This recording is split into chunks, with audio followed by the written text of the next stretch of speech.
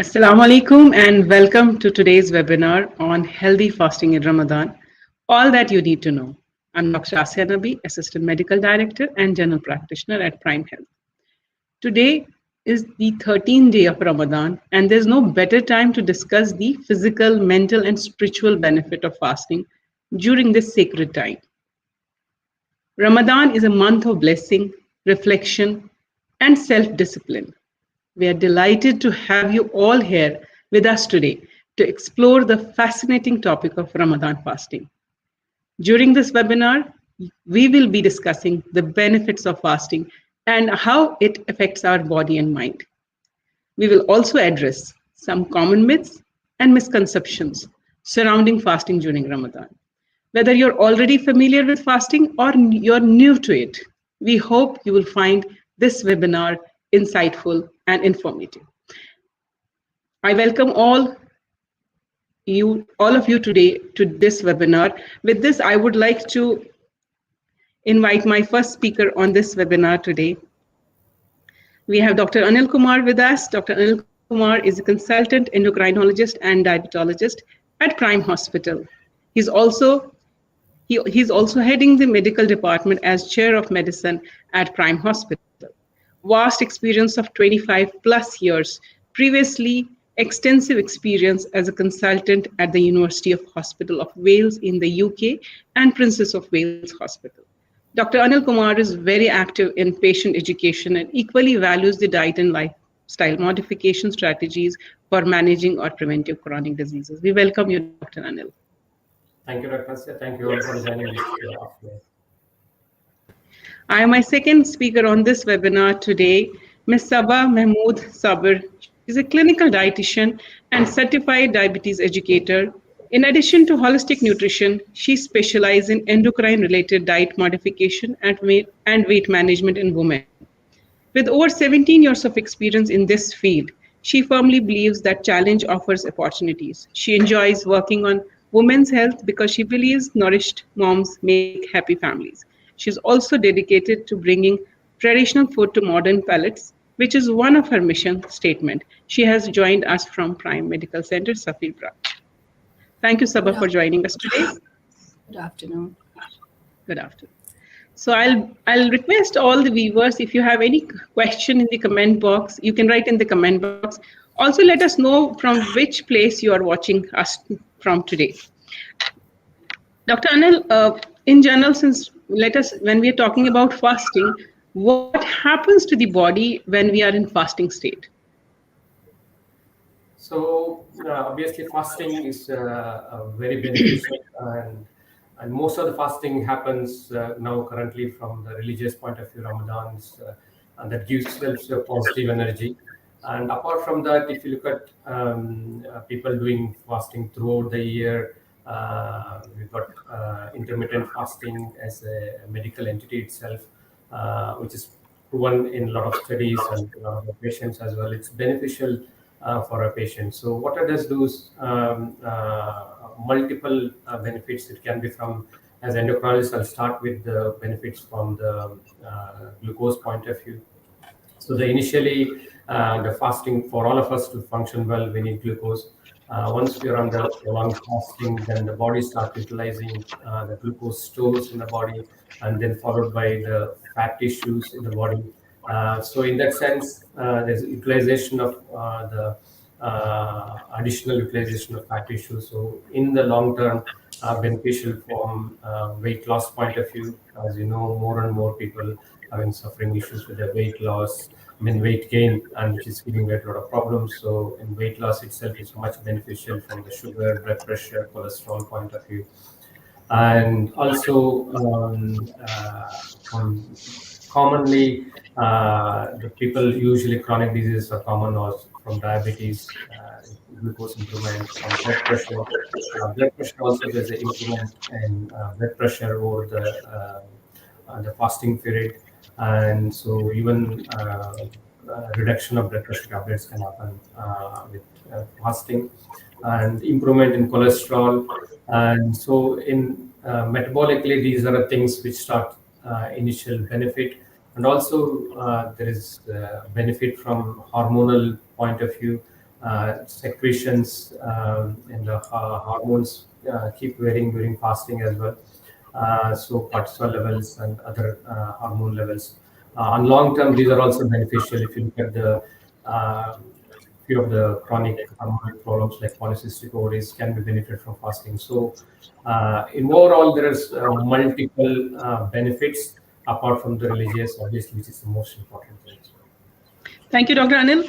So now we know that fasting, not only in the month of Ramadan, which is definitely an obligation to all the Muslims across, but in general, fasting is a very good, health benefit associated with it. So, Miss Saba, I would like to ask you, in Ramadan, we all have that suhoor and iftar issues. I really would like to know in brief that what should a person, an average 70 kilo or 70 kgs, man or woman, what should they eat at suhoor and iftar? How much is required in this 13 and a half hour of fasting, specifically in the country we're currently living in? An average sahur, we're looking for a reference man with the average weight of sahur. In sahur, especially, it's an important meal which is often neglected upon. It should be a comprised meal of carbohydrates, complex carbohydrates, good quality protein, enough amount of good fats. And that has to be well hydrated. You should be very well hydrated. So, how do you combine all the four major macronutrients? In a nutshell, for an average soul, could be an oatmeal would be an ideal meal. Am I going? Yeah. No. Go ahead. It's clear. So an oatmeal would be an ideal breakfast with some nuts. You can put some almonds, walnuts, along with egg whites or egg yolks or a complete whole egg as your doctor is permitting you, with a portion of fruits. This is an ideal breakfast so that it should not be a lot of spices and a lot of fats going in. We need to look in for healthy fats. We need to look in for complex carbohydrates, wherein it can see there is no magic sahur. There's no food that can keep you full for long hours. But a good portion of protein, complex carbohydrate, and good fats, and an ideal thing that we're looking in for sahur. So, what is good fat and what is complex carbohydrate? What are the foods readily available? If anyone wants See, to know. in every kitchen, we have healthy fats and healthy carbohydrates, but we're only not looking upon them. See, potatoes, often thought as not good food, but it is a complex carbohydrate. It can be incorporated in along with other fruits and vegetables.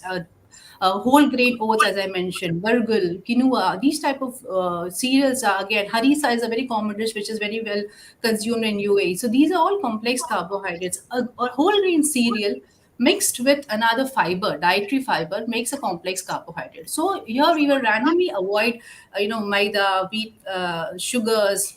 Some people have a habit of just consuming a small piece of date and milk. I would recommend going for a whole oatmeal bowl. It will keep you full. And good fats, again, we're talking about walnuts, we're talking about flax seeds, we're talking about some amount of avocado, a seed mixture, nothing less. I mean, if you're just sitting on your dining table, try to pop in a few seeds along with it. But with Saba, because it's a very crucial topic when we talk about suhoor and iftar. So most probably suhoor is not very heavy for most of the people, but iftar is really heavy when we see a lot of fried items, and it's an iftar time when probably we begin with some dates, and we probably begin with some juices or milk, which is added sugar, specifically ruh afza and all kind of that stuff. And additionally, then you take a lot of fried spice food, and then additionally you take dinner also. What is the recommendation overall for such people? How this is this normal, or is this needs to be improvised, or how much they can actually eat? Dr. Asia, unfortunately, this is normal. Everyone is eating that, but it has to be improvised. Okay, an ideal iftar would be with dates, yes, 1 or 2 dates.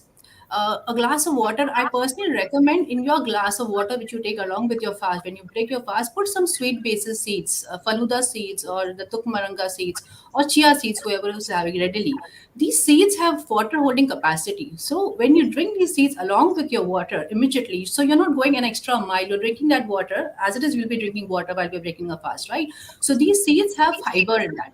This fiber will help to control the postprandial glucose also later on when the meal is there. The iftar is an elaborate spread, whether we dietitians tell it or no, but people, will end up having iftar as an elaborate spread. But try to stick to meals. Don't go for the small fritters, pakoras and fried items. If you can have meals, you can have a portion of chicken. If you are a rice eating population, you can have rice, a portion of rice, but the meat should be lean meat. Avoid red meat and poultry with skin. Okay, so have a portion of meat, chicken, have a portion of rice. You're good to go. If you like vegetables, that would be great. But I prefer that at least a small portion of vegetables is there in the meals. So if you can cook something with the vegetables, it would be ideal. Try to avoid sweets unnecessarily. As I always said, mindful eating. So we really don't need a lot of sweets, And ruafza is one thing. Yes, you want to enjoy ruafza, a small portion, not more than 100 ml. But we can skip it, I think. Thank you so much for that. Dr. Anil, I want to know, we have one question also, but before that, I want to know from you. So now we already are in 13th day of Ramadan, and I'm sure, and currently the, fasting hours are 13 and a half or little more.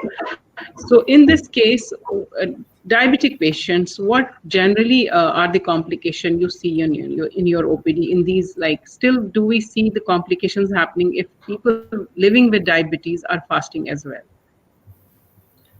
So important thing is, majority of my patients already, we made a plan pre-Ramadan itself, making adjustments of their medications. We reduced a couple of medications, like insulin doses has been reduced, and the medication which gives us low sugars, like glycoside or diamide.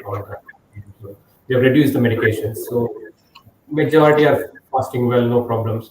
But some patients who ended up have not had a chance to discuss about with their healthcare physicians, ended up having issues with low sugars. We had a couple of patients who had their blood sugars going quite low, around say 60 milligrams per deciliter, having a symptoms of low sugars like sweating, headaches, and so they needed to break the fast. And a couple of patients had a high sugars, blood sugars going very high, especially post iftar, and having a lot of symptoms. So these are the very common is blood sugars going too low or too high, when there is no adjustment in medications happen. And as Saba was earlier saying, if they had a very good who it can prevent any late evening low sugars, hypoglycemia. So what we suggest is having a good portion of sahur with, as Saba was mentioning, with vegetables and having some proteins as well as apart from carbohydrates that can sustain all throughout the day. And if there is definitely any blood sugars less than 70 or more than 300, it's not safe for them to continue fasting. These are the major issues I've seen. So less than 70 and more than 300. And what time is the best time they should check whether they are fine, even if there are no signs of, low blood sugar? So initial few days, best time is to check around midday once, and later on in the afternoon, and also just before iftar to know the exact the variation that during fasting hours. And after that, maybe before bedtime as well, to see how high it's going post iftar as well. So at least 4 or 5 times a day is helpful. And otherwise, the patients who are on only an oral tablets who don't need to monitor for them, they need to check sugars when they are having a severe headache or having a hand tremors or sweating or having a lot of heart thumping like a palpitations. So or severe tiredness, so it's best for them to check and see the sugars are in the stable range. Thank you, doctor. So Miss Inara is asking what are the benefits of intermittent fasting. So for the audience, just to let you know, there are many ways we can do intermittent fasting. It can be 5 days of eating, 2 days of fasting, or it can be 16 to 8, which is very famous. So I'll now ask Dr. Anil to say something about intermittent fasting. So absolutely, Asya. So first and foremost important thing is intermittent fasting can be done. Some people do it for a short period every day, like 14 hours or 16 hours fasting, or weekly twice intermittent fasting. There are different ways of doing. Some people can't tolerate because of the other gastrointestinal issues or acidity issues. They can do only 12 hours fasting, 14 hours fasting. So whatever the ways you follow intermittent fasting, there are benefits. As previously I was talking initially, from the sugar point of view, the insulin sensitivity improves. There is utilization of your additional glucose storage, and improvement in your other metabolic things like the fat content point of view, weight loss benefit. There are good number of benefits from intermittent fasting. So, as for the audience, most of the problems on this earth is because of insulin resistance. So, if you do fasting, I'm sure that insulin resistance is something which we can combat with fasting. But this needs to be done under the supervision of doctors always. Never attempt anything which you learn. It has to be under supervision, because you don't know what your body requires. You don't know what your body is going through. You don't know what is the current chemical values or lab values of your body. So it's always good to see or to discuss at least with anyone in your community or in your friend circle who is aware of these topics, and the best advice is from the doctors or the dietitians on this topic. So this Saba, maybe I can take this question directly, because I think it's very important. Mr. Zishan is asking, is tea harmful after iftar? So Zishan, no, tea is not harmful after iftar, but provided the way how you're drinking tea. If you're taking tea immediately after iftar on an empty stomach, then yes, and a correct tea with milk and everything, then it's not good. It will not be harmful still, but it's not good. Okay, but ideally after iftar, after some meal, you're eating a small portion of food, and then we are tea addicts, no? So we may want to go for the tea. Yes, it's fine. You can take it. It's not harmful, but the limit the cups, the quantity of intake of caffeine has to be very well monitored during Ramadan or otherwise fasting also, because caffeine acts as a diuretic. Tea, coffee, even green tea for that matter. So there is some amount of caffeine. So these act as a diuretic. So don't overdo on anything. thank you, Sabha. So we just discussed about what diabetes, people living with diabetes when they are fasting, what they need to do, and most important thing was to check their blood sugar if it is less than 70 or more than 300. Even if they don't feel symptoms of hypoglycemia, which is low blood sugar levels, they still should go before fasting hours. Though it is only 13 plus hours, but still it is advised to go for that.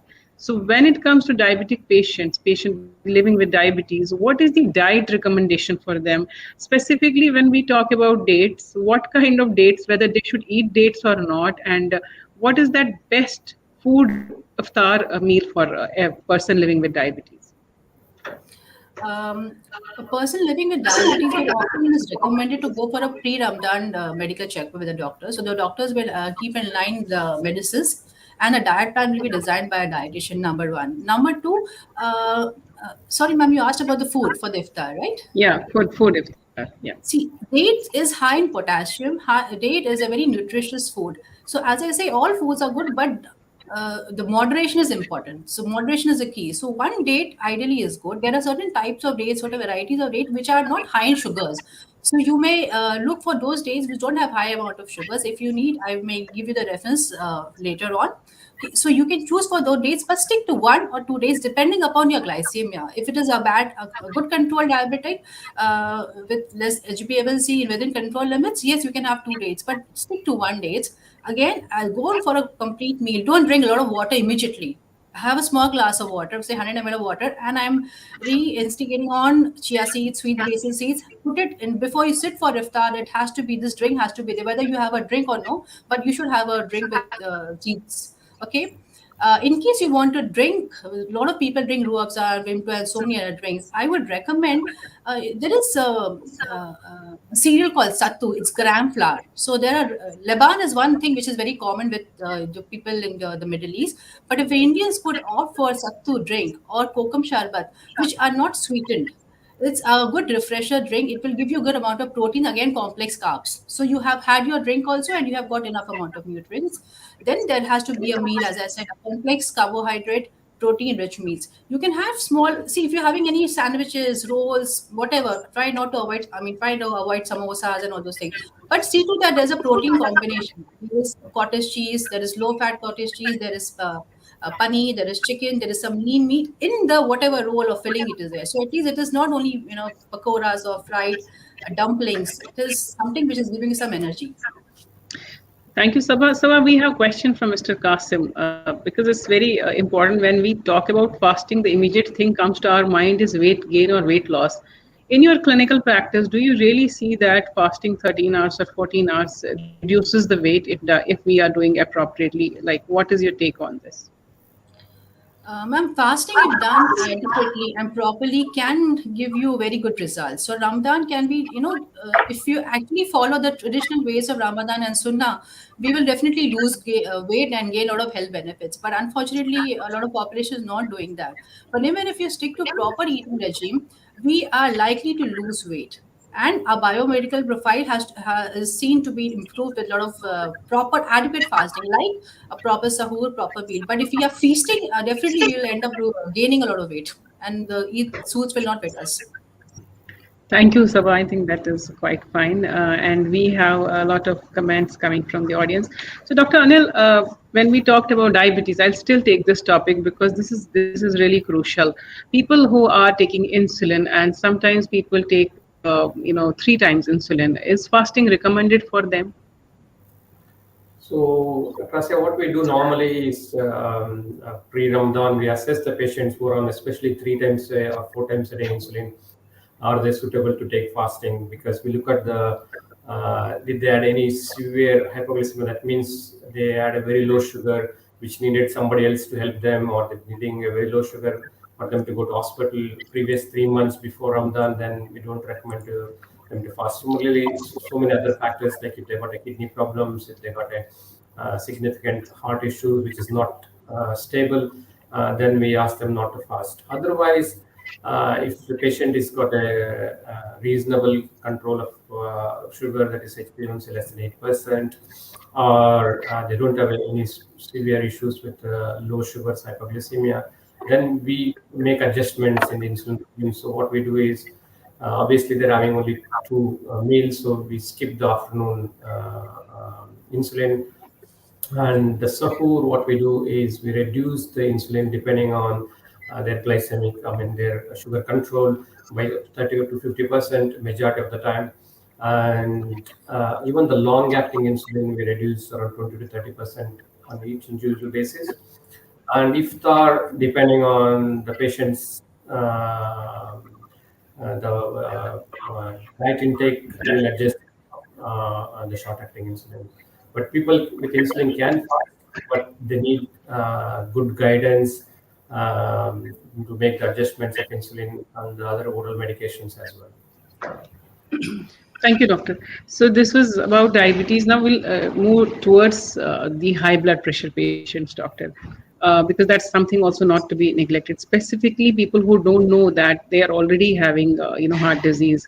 There are a lot of people, at least in my clinical practice, where they're already living with high blood pressure. I will say thanks to this COVID last 2 years, where it was mandatory to check their vitals, and most of the people got to know that they are already having very high blood pressures, and they start seeing their doctors. But still, after that, now I again see that there is still that lack of awareness, and people are not checking their vitals. And we will talk about two people, like with high blood pressure. If we are fasting and we don't know that we are suffering from high blood pressure, what happens to the body in that case? And people living with high blood pressure and taking medication, is it harmful for them, or they can continue safe fasting? See, the high blood pressure, there might be improvement in blood pressure over the fasting period as evening because of the metabolic beneficial from the fasting. But patients who are already on treatment, majority of them, they can continue their medications. What we do normally is, if they are already on the lower end of normal, if they are on a blood pressure tablet with a diuretic, I usually ask them not to take at sahur, or even change it to medication without the diuretic effect, and maybe take at the after iftar. And monitoring blood glucose and blood pressure is very helpful. Especially some people don't keep very well hydrated, so who they can have issues with low blood pressure, having some issues like a giddiness later on in the day. So to prevent that one, it's always best to have a blood pressure monitoring as well.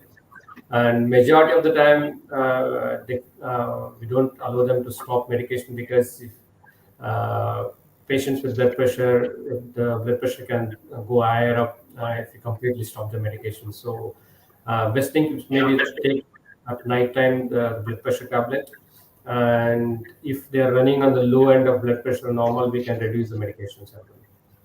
So that means during Ramadan or any fasting, or any even not only Ramadan, but fastings are during other months with due respect to other religion as well. So we must check the blood pressure, and if it is low, we may reduce the dose. So that's what people need to Yeah. know. So it's not that one time your doctor has given you specific dose, but when you're fasting, your body definitely is in a constant change, and in that particular time, maybe this is a good time where your doctor will assess, but you need to go with the readings of blood sugar or blood pressure to the doctor and tell that now I'm on this medicine and still my blood pressure is showing low or high. You need to be in touch with the doctor and you need to visit. We will not wait for a 3 months refill or 3 months visit to the doctor. It is your life. You need to take decisions accordingly. As we already mentioned, there are a lot of benefits to the because of fasting. Fasting is about healing the body. Fasting is about cell regeneration. We have Ms. Sunita is asking, can only diet and lifestyle modification be good for people over the age of 50 who have chronic disease such as blood pressure or hypertension, etc.? So definitely, I mean, lifestyle and diet is the backbone of our treatment for all the chronic diseases, including blood pressure, the diabetes, or even the cholesterol. So it has to be there. And unfortunately, good number of patients then ended up needing medications on top of these things. So lifestyle, diet, and exercise is very essential. Doesn't matter whatever age, I know you ask for 50 years, even if it's 30 years, because we are seeing more and more young people, even 20s, even teens, people getting high blood pressure and high glucose. So they need diet and lifestyles. And after that, obviously, once your treating physician assesses you, if it's not enough, then obviously need medication. Thank you, doctor. And now, when we're talking about blood pressure, Saba, so let us discuss. Salt is a big thing, and it's a big misconception, I believe, for me at least. People don't know, the first thing when it comes to blood pressure, they'll immediately stop taking salt. To that matter, that the dizziness will start and loss of salt, and I mean, there will be more complication. Specifically in the month of Ramadan, as if we are taking outside food, home food, what is the amount of salt intake which should be there in the food? Is there any way to measure it, or is there any signs and symptoms which can tell us that our body are taking excessive salt? Anything you can shed some light on this topic of salt? Um, Ma'am, salt, blood pressure, salt, they're all very closely interrelated. And as you likely said, for diabetes, people will stop sugar and not make other necessary changes. And likewise, for blood pressure, they will stop salt completely and not make again other necessary changes for lifestyle modification. It is not the salt per se, it is the sodium content in the food. So they have to reduce the salt. Yes, they have to measure how much amount of salt they're taking, not more than 1/4 teaspoon. WHO guidelines are saying around 15 or 1500 mg of sodium is allowed. But the intake of high processed foods, processed meat, canned foods, packaged foods is very high in this part of the world, especially. So we have to look into those factors. We have to look into how our foods are being prepared, how our foods are being cooked. So not only restricting salt completely, yes, salt we have to restrict, but we also the choice of food is very important. As a consumer, the patient should be knowing while you're buying a product, read the label. how much amount of sodium is there. A food is calling itself a low calorie protein or whatever supplement, good healthy food, but it may have high amount of salt or high amount of sodium in it. So to avoid processed food as much as possible, sausages, nuggets, and whatnot. People here are used to readily available food items. So if you can go in for fresh fruits and vegetables and then take salt in moderation, then it is equally good, because salt potassium balance is very important. The acid base balance is very important. Otherwise, we can land up into more problems. Thank And you.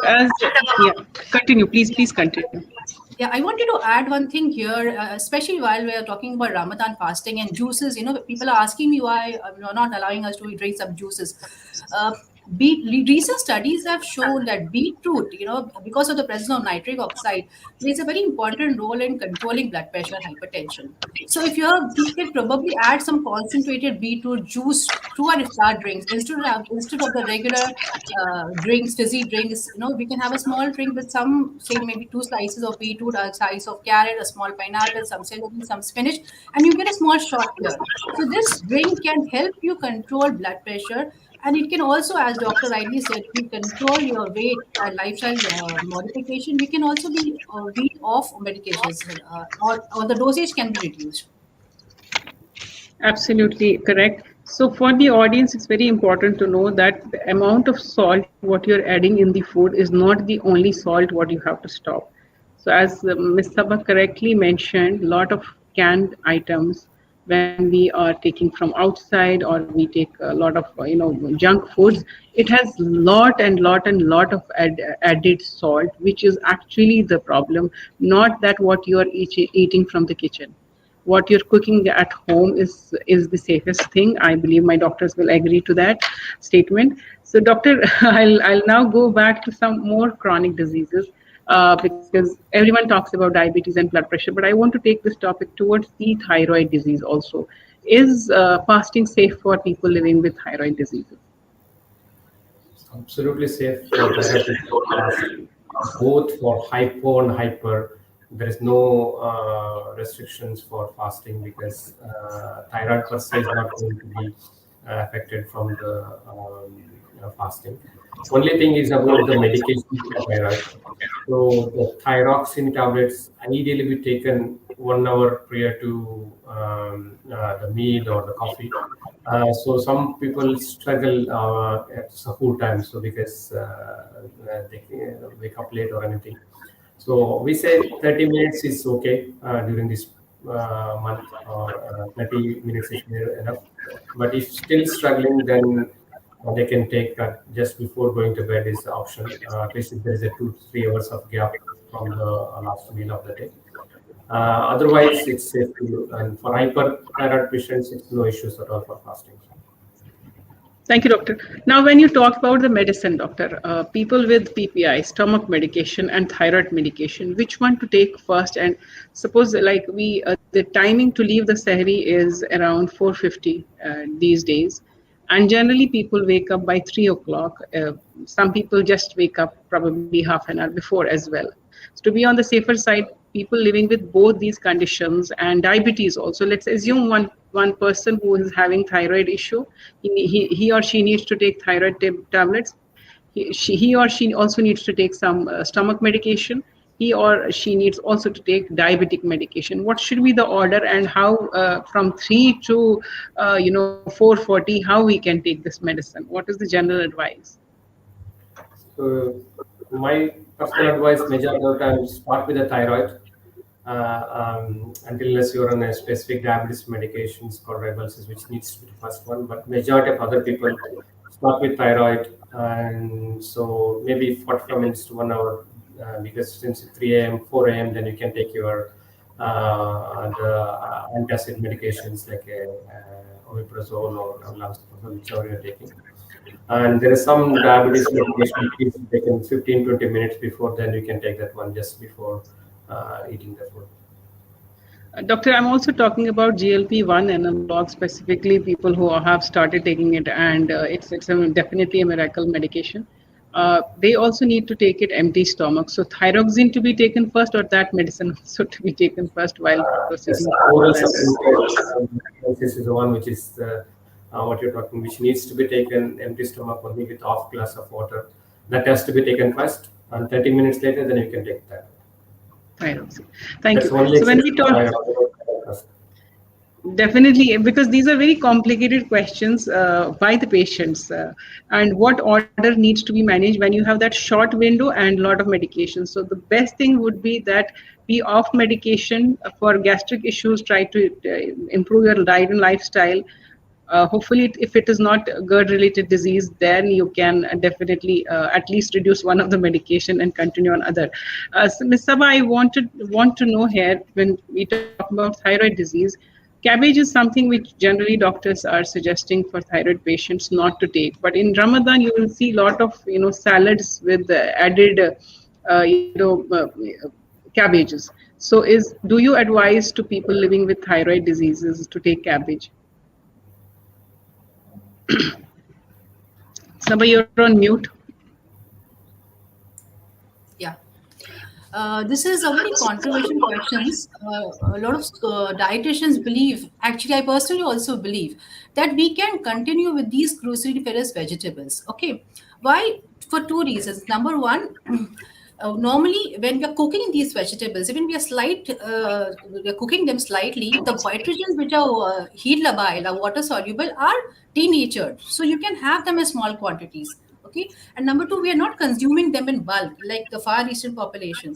So, and they have a hell lot of benefits. They have prebiotic factors, so we can consume them. I mean, on this forum, I've had an opportunity to let so many people know that you can consume these foods in moderation. Now, coming to salads, again, as I said, raw form can be a little tricky, but again, in a salad, they will just take a small portion.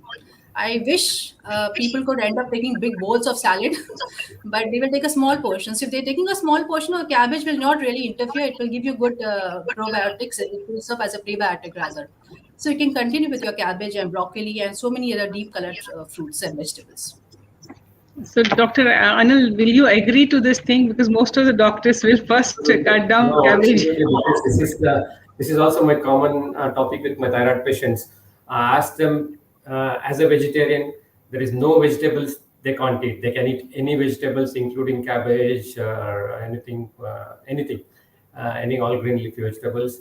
And one of my, it was our endocrine joke, one of our professors used to make, who is a thyroid expert in the world. Vegetarians, they can eat all the vegetables on earth, and non-vegetarians, if they want any movable things, they can eat. So there is no restriction for thyroid per se from any vegetables or from the. Thank you, doctor. Thank you, doctor.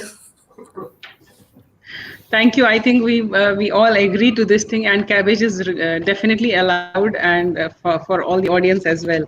Dr. Anil, when we talk about in general kidney patients or cardiac patients, heart patients, and they would like to fast also, is there any specific precautions they should consider while fasting? So kidney patients is very, very crucial, because once they have got they're on dialysis, or if they got what we call it as a significant kidney disease called end-stage disease, they can't fast, because the amount of hours without the water can be more detrimental for the kidneys, and it's not safe for them to fast. And obviously, they can discuss with their healthcare physician who's treating them. They know, because we look at the filtration rate called EGFR. Accordingly, the doctor can advise them.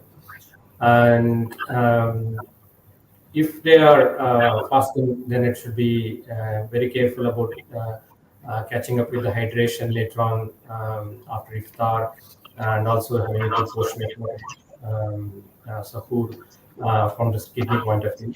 Cardiac patients, again, they should be having a stable cardiac disease. That means they should not be getting any chest pains recently, and they don't have a recent heart attacks, or including the strokes from last 1 to 3 months, depending on what type of heart issues they are.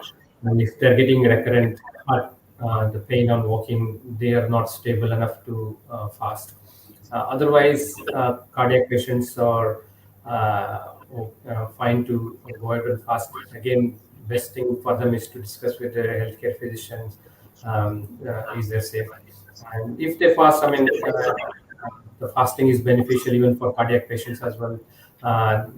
fasting patient, I mean, the cardiac patient will have issues with blood pressure, cholesterol, and even from the heart point of view, fasting is beneficial. Thank you. Thank you. Since we talk about hydration, Ms. Saba, how much water and how to take this water during these 24 hours of Ramadan and fasting?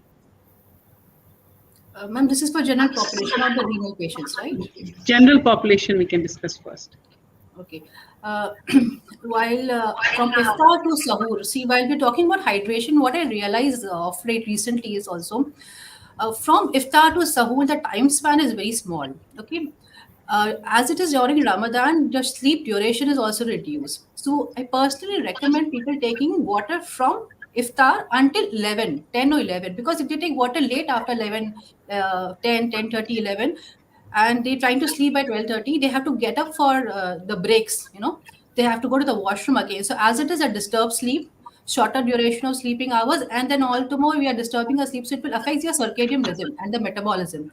So best time to drink good amount of water, continue with your around 1 to 1.5 2 liters of water. Keep on taking sips and try to take more of infused water than plain water. So this infused water will simply give you a lot of minerals. Infused simply with your pudina, like mint, ginger, cinnamon, some lime, fresh lime slices here and there. It will give you those required minerals slowly and gradually. Okay, so take sips from iftar, the moment you break your fast, until I think 10, 11 is good with me. Because I see my diabetics, people who stay living with diabetes, they have a problem as it is, the sleep is getting affected. They have a lot of medicines. And to top it up, they have to uh, go to the washroom every now and then. So you mean to say the mix of all these ingredients, what you just said, if you can just repeat, I think it's a very important for all of us to know what should Uh, that, probably a See, liter of water. Yeah. yeah, what I meant is infused water, because during Ramadan the time duration is very small. So in this small time duration, a small pocket, you have to fill in so many things. As a dietitian, it becomes so difficult for us to plan diets, because in a small pocket we have to fill in so many things there. So infused water are ideal. Throw in some sweet basil or chia seeds. Number one. Number two, some mint leaves, one or two slices of lemon here and there, one small stalk of cinnamon, and let it infuse in the day. Let it soak throughout the day. You break your fast with this, and the jug should be there for you. Keep on refilling until 10, 11 o'clock. Doctor, I'm okay till 11 o'clock because I think the diabetics, as I was mentioning, the night sleep will be disturbed. If they want to continue until sahur, a lot of people have a habit of drinking a lot of water immediately in sahur. So, but then they will find discomfort when they're going back to sleep. Again with a lot of water, they can have regurgitation, if reflux. So don't drink a lot of water at sahur. Before sahur, drink enough amount of water. Thank you. I think Dr. Mohsin Ali has a very good question because, when it comes to any gastritis, bloating, people think that lemon water should not be taken. When in actual, for me, I believe lime is alkaline in nature and it reduces the acidic form. So, what is dietitian take on this question from Dr. Mohsin Ali? Ma'am, you rightly said lime is alkaline in nature. It is vitamin C. Vitamin C plays a very important role in tissue repair and collagen synthesis and muscle repair, right? So we can take, but don't take citrus juice per se, like fresh orange juice, a complete glass of fresh orange juice. You need to dilute it with some amount of water. Okay, so where we're talking about lime and citrus juice, the quantity of whatever food you're taking is important. No, even if it is the best of best food, olive oil is the best food, but we cannot end up feasting on olive oil. So likewise, citrus juice, lime. For some people, SOS case specific, it may give problems. You may visit a dietitian for more details then. Thank you. Dr. Anil, most of the people think that fasting slow downs metabolism and leads to fatigue. Do you believe in the same thing? What does the science say? So no, I mean, even there is a studies also show that does not significantly reduce metabolism or anything. So the tiredness is multifactorial because our brain is not used to not having the low sugar later in the day as things are at. So, but fasting doesn't itself make major changes in the metabolic rate. Even the resting metabolic rate or even the exercise metabolic rate is not significantly affected. There are studies also proven that it's not going to be affected. So in that sense, metabolism is not deranged. So actually, if you fast even religiously, you will feel more energetic. And also from the studies point of view, it is shown that people can be more attentive, and can carry on their work, or more energetic even throughout the day. I don't think, I mean, obviously, because if they're used to a lot of coffee in the fast and all those withdrawal and lack of hydration, that can give us little tiredness in the later in the day, but metabolism per se is not impaired. Okay, so I'll ask the direct question, doctor. Fasting is not recommended to who people? Name top five. Top Not five recommended. diseases. Yeah, not recommended. The first, as an endocrinologist, I'll say people who are having a severe low sugars, having sugar going low without them being aware, that's called people needing third party assistance. If somebody has to help them, or they need hospital admission, low sugars. And people who got the kidney disease, who's needing dialysis, or significant kidney damage patients, people who had a recent heart disease, and but still not the heart condition stabilized, and very people having very elderly, who are having multiple medical problems, who needs attention or who needs medication throughout the day, and also people having learning difficulties, who can't make a judgment to ask for help when they need help. They can't recognize the symptoms of low sugar. And these are the five conditions I say they can't. Otherwise, majority of the other people can. Thank you, doctor. We have on screen also one question. How about patient with liver stages, liver cirrhosis stage 3? I believe not allowed, but I will request Dr. Anil to talk about it. So again, in liver stage, what we call it as how compensated or decompensate from the liver point of view. If it's very decompensated liver disease, it's not safe. But if it's stage 3, but even the liver is compensated, then they can fast. But obviously, it has to be discussed with the healthcare physician. Thank you, Dr. Anil. So, Ms. Saba, currently, people have a lot of myths that fasting can lead to muscle loss. Is this true? Fasting, if not done adequately, can lead to muscle loss. Okay, so if someone is fasting with only in a form of fat diet just to lose weight, okay, then it can lead to muscle loss because you're not taking enough amount of protein. Okay, but if fasting done in a right proper channel, how it is implicated, how a dietitian is being recommending it, then it will not lead to muscle loss. You need to eat good amount of amino acid, you need good fats, good proteins, and then it will not lead to muscle loss. But if you simply fast on water and any haywire and unhealthy foods, yes. Thank you. I think I discussed a lot of chronic immediate diseases. I did not spoke about irritable bowel syndrome, which is a major concern, a lot of issues. Doctor, if you can tell me if fasting is safe for people living with IBS, irritable bowel syndrome. So I think it will be more beneficial for them. Irritable bowel syndrome is a condition where it is all the major conditions of the gut has been evaluated. There's no inflammatory bodies or nothing. So irritable bowel syndrome, people can get benefit from fasting because there is also studies which showed that even the good microbes in the gut will improve on fasting. So in those sense, for them it's good. But obviously, when some people, irritable bowel syndrome can have issues with constipation. Then when non-fasting hours, they need to be having good fiber intake with good amount of vegetables and fruits, so that the overall in 24 hours they get benefit from it. Thank you. Ms. Saba, when we talk about bowels, so a lot of people complain of bloating and gastric issues. How to overall help people? What is the dietary advice for them? Specifically during the Ramadan, a lot of people talk about bloating issues. So here we're talking about gut health. So in continuation with Dr. Anil's statement, yes, fasting does improve with IBS, patients with IBS, because there is one factor with the MMC cycle which is going on in the gut, which helps in cleaning of the gut, the small intestine and the stomach. So here, what is happening is the gut microflora is getting remodeled.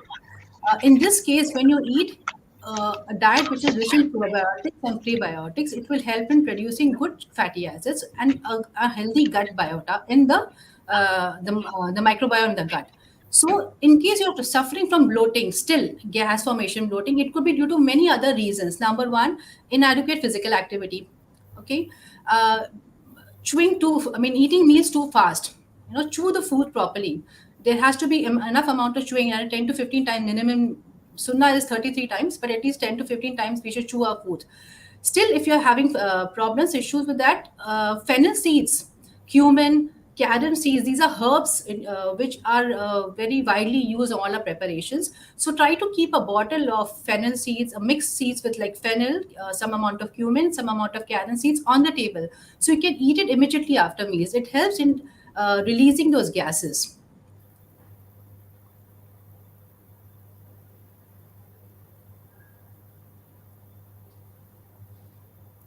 Krasya, you think you are muted, so we can't hear you. Yeah, sorry, I kept myself also mute. Should we take multivitamins during fasting? So multivitamins, it again depends on majority of the people who fast doesn't need multivitamins. I tell a lot of my patients as well, if you have a healthy diet, having good portion of vegetables and fruits and having proteins, good protein take, even vegetarian, they're having veg protein, eating people who are taking non-veg, they're taking good amount of proteins like fish, chicken, egg. We don't need multivitamins. But obviously, if there is some other health issues or issues with absorption, then definitely they need a multivitamins. So that's my take on the multivitamins. Thank you. Thank you, Doctor. Dr. Ms. Meena has been continuously watching us and is liking the program many times. Thank you, Ms. Meena, for your presence. It really makes a huge difference. She's asking. Yeah, I'll please, just add Sabha, go about ahead. gluten and lactose. In case, while we're talking about bloating and gas, gluten and lactose may be problematic for some people. So you may try refraining from gluten and lactose for a small period in case your bloating and gas formation is still not reducing. You can choose curds over milk for that matter, and other gluten-free flours over wheat flour. Thank you, Saba, for the additional information. So, Ms. Meena is asking, when she's fasting, should she skip blood sugar medication depending on her blood sugar readings? Probably she's diabetic. So there are some medications which needs to be skipped, like people who are on not skipped and also reduce the dose. The sulfonylureas, what we call this, glyclazide, glimepiride, all these medications. But majority of the other medications need to be continued, because if you stop skipping during fasting days, the overall blood glucose control won't be effective in long term. So in that sense, best thing is to discuss with your treating physician, and then no need to skip all the medications, but some medication needs to be reduced. Or if you're doing 24 hours fasting, yes, then some medication needs to be reduced. Thank you, Doctor. I think I covered most of the topics, but two important topics still remain. I would want your quick answers on that. What is the best time we should do exercise in this Ramadan period? And should we go for exercise or not? Exercise is definitely beneficial. There are two times which, depending on what type of exercise they're doing. If it's simple walking, I think just pre-iftar is fine. And if they want to do like going to gym with rigorous muscle training, then maybe a couple of hours after iftar is the best time. And Doctor, what about sleep patterns? How to make it better? Since as we just mentioned, till 10 or 11, mostly people don't sleep, and then again to wake up at 3, then probably job. So it's just nearly 4 to 5 hours in the night, mostly. So personally, I feel that's also sufficient during Ramadan times, because when we are fasting, we are not overloaded, and the amount of feeling better post wake up is better even with less hours. But Is there any other way we can help? We can give proper recommendation to people who has joined us today, who are listening to us. I mean, as a conduct assessment, it depends on each individual. I've seen patients who need only 4 or 5 hours, they can function very well. And on the long run, I mean, if you take the Ramadan away, then 6 to 7 hours of sleep is really essential. But during fasting hours, I mean, it's very difficult to get those continuous sleep. So maybe they can catch up later on in the day, or depending on their work schedule. And but there is no specific maybe quick power naps during the daytime. I think that's going to help. But overall, I believe, Ms. Saba will agree to this. The amount of sleep is really less as compared to the other days. Maybe we are eating less if we are, following the correct advice. So there's one question, doctor. I think we can cover this pregnancy part also. How about fasting during pregnancy? Is it safe? So pregnancy, if they don't have any medical problems, like for people who don't have diabetes or uncontrolled blood pressure, and obviously they need to speak to their obstetrician, but it's safe for them. But if otherwise, best thing is to speak to their obstetrician.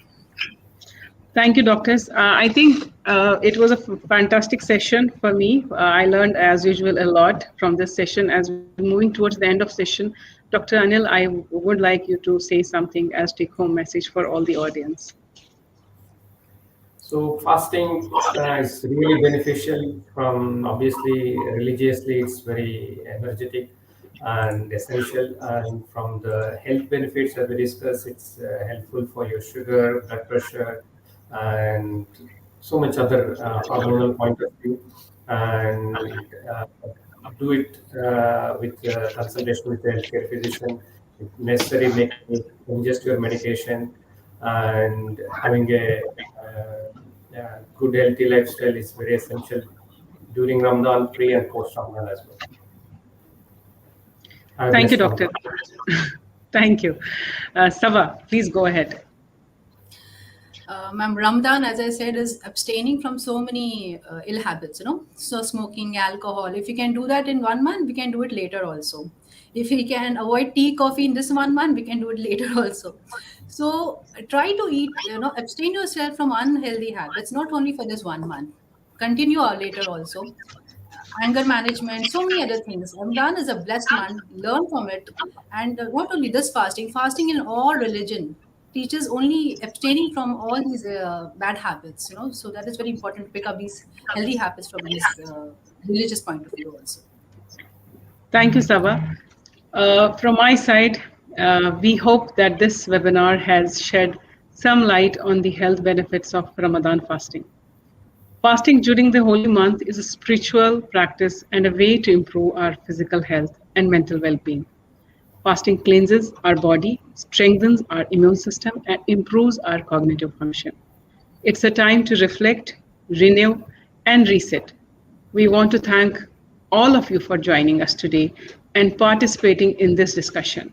We hope you take the knowledge you have gained here today and use it to improve your health and well-being.